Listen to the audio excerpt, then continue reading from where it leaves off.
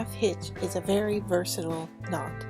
For this project, we're going to take our strands and divide them in half, working the left side and then the right side at an angle. Taking the first strand on the left-hand side, going to direct it across all the strands on the left-hand side and hold on to it with our right hand at an angle.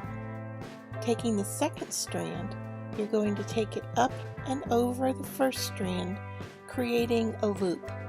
Then you're going to take the tail of the second strand and go through that loop, pulling it tight. You're going to repeat this process up and over the first strand, taking the tail through the loop you created.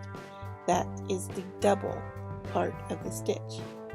Moving on to the third strand, we're going to repeat that process, taking the strand up and over the first strand, creating the loop, taking the tail through that opening, pulling tight, doing this twice. Repeat that all the way through your strands on the left hand side.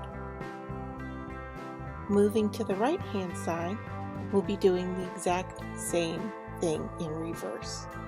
Once we meet up in the center, the two center strands that we have been looping over will be connected together with a square knot.